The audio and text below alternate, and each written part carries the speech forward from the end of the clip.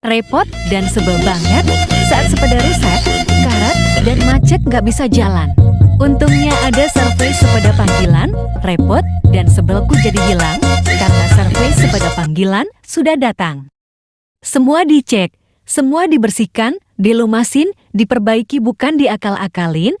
Enaknya kalau servis sepeda kayak gini, nggak perlu lagi ribut-ribut dan malas-malesan pergi ke bengkel. Pokoknya servis sepeda panggilan itu mantap, yuk order. Terima kasih servis sepeda panggilan.